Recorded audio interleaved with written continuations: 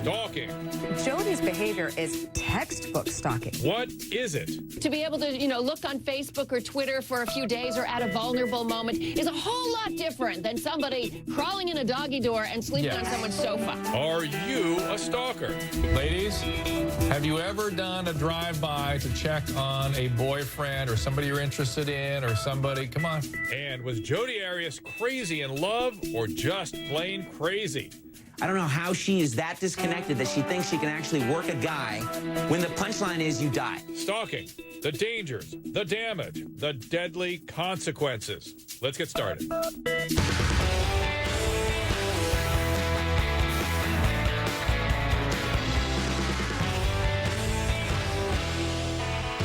Good evening, everybody. Tonight we are talking stalking. My co-host is psychologist and a stalking expert, Michelle Ward.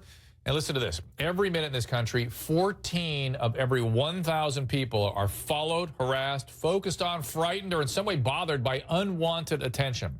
Stalking, per se, is a crime. Jodi Arias was a stalker. One of the victim's greatest fears is uncertainty, not knowing what might happen next. Got to wonder, did that happen to Travis Alexander? The motive is there. The jealousy issue. I wouldn't even say it was jealous. I mean, there may have been some jealousy there, but I think if anyone, maybe Travis was jealous, but that's not what everybody else says. There's a girl that's been stalking him. Okay, so last weekend, his stalker, he told her he never wanted to see her again, had a big conversation. Well, several times she put people's tires that were parked in front of his house. Does anyone know Jodi's last name? She called me crying hysterically when she decided to move to Mesa, Arizona. She snuck up at his house and she looked in the window and she saw him there on the couch with another woman. She would sneak into his house through the doggy door and sleep on his couch at night without him knowing. You are absolutely obsessed. Obsessed is the word that they use. That's the word I hear from everybody. Fatal attraction. I don't know how many times I've heard that. Look at Jodi. Jodi had to have done this, or she had someone to do it for her. There's not one person that says anything else. Well, Michelle, there's a lot to be talked about here, and we will get into this in the program. But one thing that stands out for me is the investigator saying Travis was the one that was jealous, and he says that's not what everybody else says. Is denial part of this syndrome? Well, absolutely. I mean, and projecting is as well. We get a lot of people who say, oh, no, I'm the victim of stalking. It's called false victimization. We get that here, too. You mean the person is breaking through the door, through the doggy door, lying on the couch and sleeping, that person is going to say, I'm a victim? It can be, and I think that that's what Jodi was doing here. And look, Jodi's behavior is textbook stalking, very typical. And you see, it was jealousy that kind of pushed her over the edge a little bit, and that fuels the fire. Anytime you have somebody who's eliciting some stalking behavior, jealousy is absolutely going to put the stalker over the edge. Interesting. All right, so are you a stalker? If, say, you've ever looked up an ex online, sent them an unwanted email, gone maybe to their favorite hangout spot, hoping you might see him or her, well, you might be a stalker. I asked my panel if they are guilty of stalking. Watch this. Ladies, have you ever done a drive-by to check on a boyfriend or somebody you're interested in or somebody? Come on, drive-by. There's one. I might have in college. Yeah, it's sometimes. Of course in college, when we were young. It's sort of an adolescent behavior. Cheryl, I'm stunned that you've never done this. Really? Really? So we're all stalkers, is that it? Well, hold on, wait.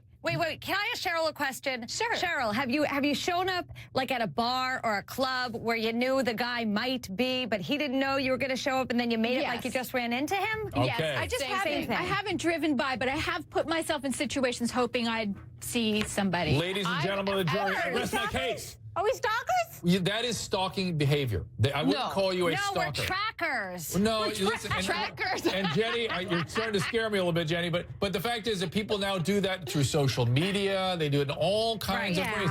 And it's a primitive impulse that I think everyone kind of relate to. But a lot of people have done it. But and let's call it. It's when relationships are too intense. When they're too intense, when people confuse intensity for love and the thing fractures and people don't know how to deal with the comings and goings of intimate contact, that's when people stalk, and that's why it's adolescent. That's when they're learning those things. What's that, Wendy? But Dr. Drew, I wouldn't call it stalking. I really like the idea of calling it tracking, because the truth is, once you've had that attachment, it doesn't just die right away. Right. There is a grieving period. There's a mourning period. And so for us healthy people on your behavior bureau to be able to, look on Facebook or Twitter for a few days or at a vulnerable moment is a whole lot different than somebody crawling in a doggy door and sleeping on someone's sofa. There's also a distinction. Hold on. A little bit cuckoo for Cocoa Puffs and sharing that with your friends and letting them know that you're wigging out and having them help you and go with you to the bar or the club and making sure they know when you're driving by. Yes. Then it's not as sort of weird, because it's not on the DL. Well, is that hey, am I being crazy? And you bring me in? Sure, you ask. Sure, you check in. Trying to get that support, so I work on through this because I know I'm out of control, as opposed to friends calling your parents in the middle of the night saying, "Oh my God, Jenny's gone. Her tracking has gone off track." Which is what happened with Jodi. Her parents were calling. Go ahead. But I would also say with this whole. I just think we should think about that. This is the first time I've ever heard stalking talked about in terms of the victim's fear reaction. Yeah, you know why, Cheryl? I'll tell you why. Cheryl, I found out why. Because apparently in the law, for it to be a legal issue, the victim has to be afraid. I agree with you from a clinical standpoint. The fear comes way late. You're not even aware that somebody's stalking to you until way late in the game. Then you can't believe it. I've been stalked. Then later, and then you think, oh my God, now you get afraid. Then you call the cops. But that's way down the line. Look at gender, because for a girl to be afraid of a guy who's bigger and stronger, that's one thing. But a guy who wants to still keep hooking up with somebody, the thing is that for it to reach a level where he was actually afraid of her, it would have to override the turn on, the libido. In this case, I agree. That's the whole crazy girl, crazy sex mentality. I agree. However, he might be afraid that she was going to go public or tell his friends what she knew about what they'd been doing. There could be that fear too. All right, Michelle, there you go. 4 beautiful, highly trained, intelligent professionals, all 4 stalkers or stalking behavior. Well, yes, but part of it is normal. I mean, that's what we want to talk about. What is normal and what is not? Adolescence, it's really murky. I mean, you have these crushes and you don't really know how to handle these emotions. Often it's the first time you felt love. And so when you're an adolescent, it's kind of okay. But the internet has brought an extra element to this. I mean, we used to stalk by looking up yearbooks and riding our bikes past, and I did it. Best, or calling and hanging up. Lots of that before caller ID. Excuse me, lots of that, Michelle? Okay. Just saying. I did. Okay. But how does someone, let's say someone out there is sort of checking out people's Facebook and they actually feels uncomfortable to them, like they compulse to do it, and they do it a lot more than they want. How do they know they're in trouble? Well, you know you're in trouble if you can't control it, and if the person you're cyber stalking knows you're doing it and is uncomfortable. And you really nailed it in that last segment. It is a legal issue in terms of the victim's perception. If you are harassing somebody, you're stalking them. So if that person feels like this is an unwanted contact, even if they're not afraid? Well, in some states you have to have the fear element, and others you don't. It just depends. I mean, frankly, the states change the legislation once somebody's died, and it's been a big case. It's horrible. Fantastic. All right, we got a lot more to talk about. This is a very complicated topic. I know you've all done some of this, and some of you may be doing it right now. So next, crazy in love or just crazy? When does an attraction become a fatal attraction? When does it become dangerous?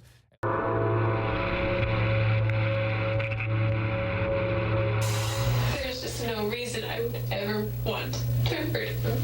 And I think of all the things that Travis's family is going to miss out on with Travis. And he had brothers and sisters, and I have brothers and sisters. It's not fair. It's not fair, but this is where we are. I mean, I know that he's in a good place, and I know that he's fine. I know that he's doing great. But what about all of his friends, all of his family that are here and they're just going through all of this? And I know that it's temporary, but it's so very much right now. I have to maintain my innocence. I can't admit to doing something that I haven't done. Has his family called today? I've been wanting to call every day too. I didn't want to look obsessive, so I just tried to limit it to once a week. Which is still obsessive, Jodi. Back with stalking expert and psychologist Michelle Ward. You just heard Jodi Arias, a stalker, appear to regret that Travis Alexander was killed by somebody, her. Question is, are stalkers satisfied or sorry or gratified in some way with their actions, even if they turn violent, even deadly? I asked my panel what Jodi and stalkers actually think they're accomplishing by paying so much unwanted attention to another person. The tears at this time are different, feel different, not more authentic, frankly, but definitely not different than the ones that were on the stand. Isn't that interesting? That is, Dr. Drew, I was wondering what you thought about how all this kind of watching how she was coming across. She said things about I didn't want to look obsessive, and she seemed to be kind of floating this idea that maybe he'll have sympathy for me if I act really upset, but I know he's fine. Like, she kept trying these two different gears. Yeah, right. And she was just floating bizarre ideas to the questioner. And Emily, I'm going to go to you. I say, this is going to sound bizarre maybe, but I'm just reacting to how I sort of took this in intuitively. On the stand, the tears were about the jig is up. I've been caught. I'm anxious. I'm having a panic attack. Here, I think these were tears of flirtation. Tears of flirtation.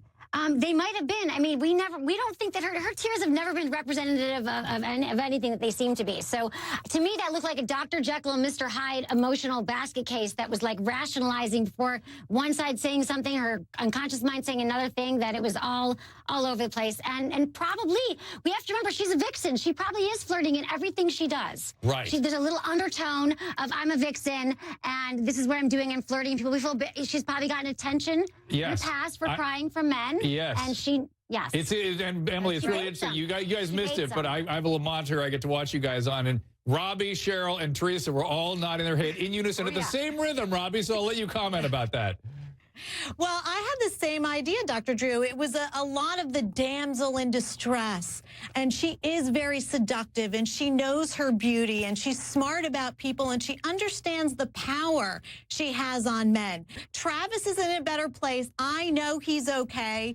That's how she felt. Right. She was happier to have him dead, because then she didn't have to worry about him cheating on her or leaving on her. She could control the situation. But so she was happy with the arrangement. Abe, before you blurt out whatever it is you're going to blurt out, I just want to remind everybody that Abe had his hands where were they again, Abe, when you dated her? Careful. I'm just saying. You know what? This ain't HBO, but thank you for playing. All I simply wanted to say, though, however, was that, you know, she had the temerity to try to work this officer when he knows that she did it, and he has the evidence, and he's got the photos. I don't know how she is that disconnected that she thinks she can actually work a guy when the punchline is you die. That's not sexy. 29 stab wounds, almost your head cut off, shot in the head. That's not sexy. I don't understand this supposed allure that she still thinks she has, and she's still working it. But that blows my mind. But Abe, I think that's what makes you so angry. That's where you always get angry every time, right? Yeah. Yeah, it's like you almost got sucked into the rabbit hole, and you know what's down there, and that makes you angry. Well, I think it makes any guy angry, but just the thing that blows my mind, it wasn't even so much that I almost got sucked into the rabbit hole or what have you, although I probably have, who knows. But what really drives me crazy with all of this is that she still thinks she can actually work it. Yeah. And I don't know. I don't get it. That's the shameless psychopath. And Cheryl and I have maintained this all along, that there's borderline features, which now Cheryl's come up on the stand, with psychopathic tendencies that make her give her that cold-blooded quality, right? Right. Yeah. Teresa, you have any questions for the panel? I see you shaking your head vigorously. Go. Something that stood out for me in the testimony is that she supposedly has a genius IQ, in particular in the area of verbal comprehension. She scored 138, close to genius. But the one verbal communication she could not understand that she needed to was, I don't want to be your boyfriend. I'm not going to be your husband. I'm not going to have kids with you. Maybe I'll have sex with you, but I don't want you. She couldn't hear that. She was articulate, but she wasn't intelligent. I think that's a mistake we make in this society. If you're good looking and you put a sentence together, people think you're bright. She's anything but. And Robbie, no emotional intelligence. That's the main thing. Go ahead. No, I think that's where her disorder comes in. She could be very bright. Clearly, she was troubled, because here's a bright woman who didn't graduate high school. That doesn't make any sense. Right. And when someone has a borderline personality disorder, what happens is they distort lots of things. Yes. They distort their emotions, and they distort the relationships they have with other people. Yes. So I think in her mind, Travis was hers. Yes. So it didn't matter what he was saying. And then when he finally made himself clear, her ego fell apart. She couldn't handle it, became enraged. Yes. And the only way to dismiss that rage or reduce the rage was to kill him. And people so to be in a better place. It's hard for people to understand that these people, these borderlines, literally perceive reality in a distorted way. It goes into memory in a distorted fashion, so they can report with abject honesty about something. If you ever find yourself shaking your head, going yuggada yuggada yuggada, and somebody says experience something completely different than what you remember, it's this kind of thing sometimes, and sometimes it's flat out lying too. Back with my stalking expert and psychologist, Michelle Ward. Michelle, a lot about borderline stuff there in that conversation, but borderline's not the only, anybody can become a stalker, right? You don't have to be a borderline. Absolutely. Okay, so there's certain personalities that maybe certain personalities are more at risk for stalking, but you don't have to have that. Right. Why does a stalker go to killing their object of affection? Yeah, their target. Yeah. Homicide in a stalking situation is actually not that common. Only 2%, around 2% actually become violent, but this is what happens. It's a hell in their head. They get up in the morning, they're brushing their teeth, they're thinking of their target, they can't escape it, and it's like a horrible addiction. The only way they can imagine ending it, well, there are 3 ways. They kill themselves, they kill their target, or they kill them both. And usually that's what we see. We see this really messy, dramatic murder, and usually taking of one's own life or turning oneself in. Well, but she didn't turn herself in. This is where Jodi Arias, this is her psychopathic piece. That's very right. Interesting. All right, next, what does the childhood, how you're raised, who your parents are, what kind of things you experience have to do with being a stalker or a stalking victim?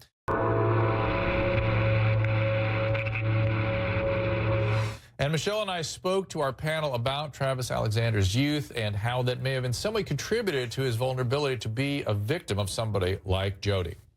When I first started training and things like that, you can imagine the first thing I would hear a lot of is, by the way, he's single. And I'd be like, that's right, I am. Maybe he's going to get me. That's been going on for 6 years. Jacob, what was going through your mind as you watched and listened to Travis that day?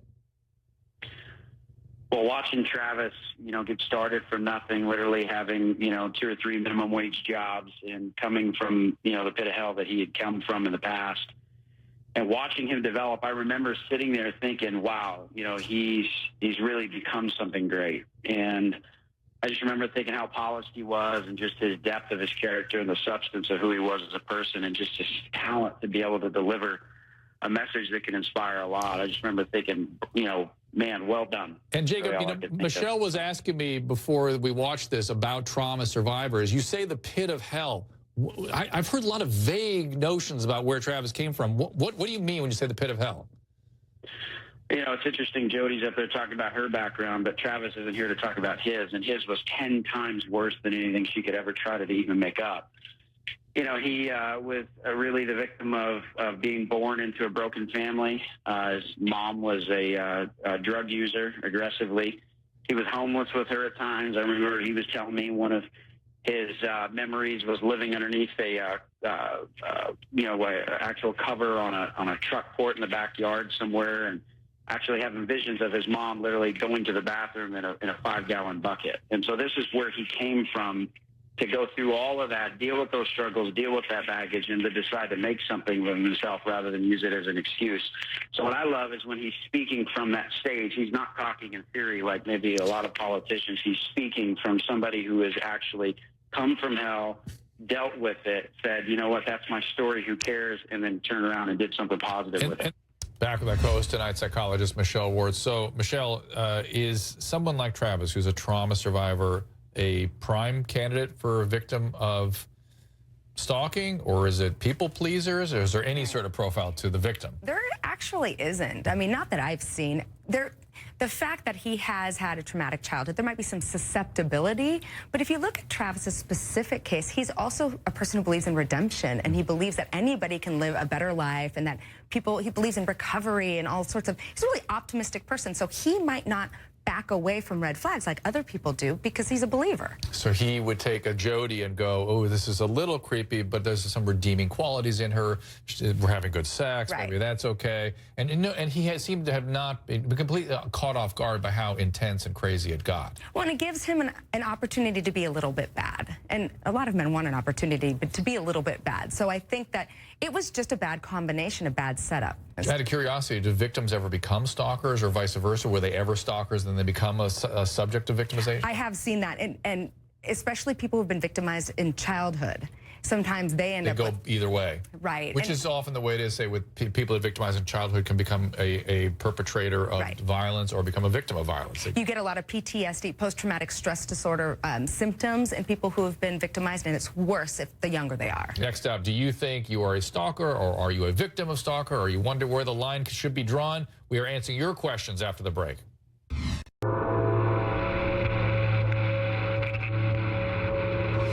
We are back with psychologist and stalking expert Michelle Ward, and we want to go right out to the phones now. Let's go to Chrissy in Texas. Chrissy.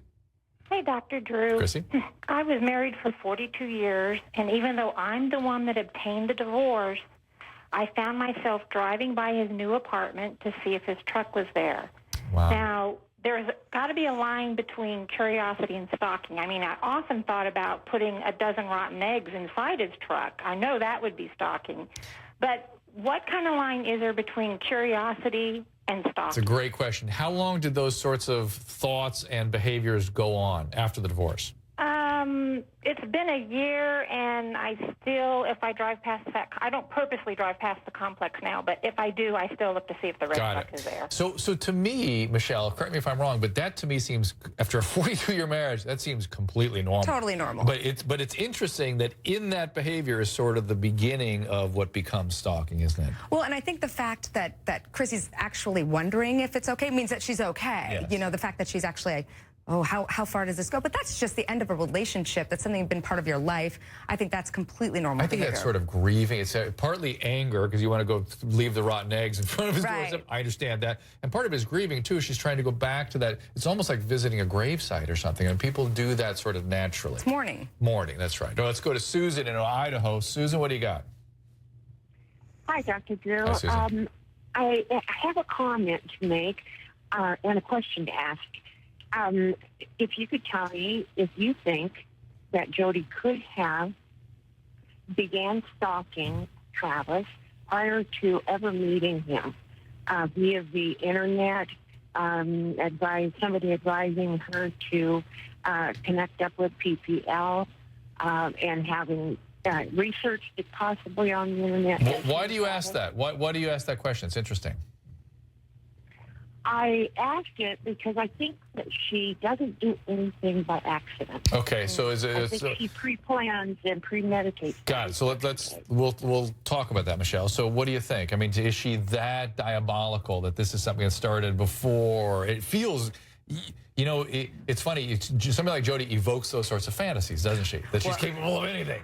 And you know, I always go there. Yes. But when I'm listening to this, I'm thinking, oh my gosh, there might be something we've absolutely missed. Because if you think about the way they connected at that convention, and he's well known and well liked, I mean, it's completely possible. It's consistent with the stalking that she eventually did do, and it is consistent with the borderline, not the borderline, the psychopathy that you keep saying is there. So if she is a psychopath, wow, my dear, you really brought up something interesting. Maybe we'll give the detective something to chew on at some point. All right, next up, we're going to take the last call on stalking. It's time now for the last call on stalking. Julie in Louisiana. Julie, what do you got? Hey, Dr. Drew. Julie. On the last call, she mentioned about Jodi's premeditation. My sister brought it up about Jodi wrote in our journal in February that Travis he wanted to put a gun to his head and shoot himself in the head. I think that was premeditating her shooting him in the head. in June. And the other thing I wanted to find out is, how did he find out about her crawling through the dog door? Did he catch her? I think she ended up sleeping on the couch, and there was no sign of anything else having been disturbed other than the dog door. I think she probably told him. No.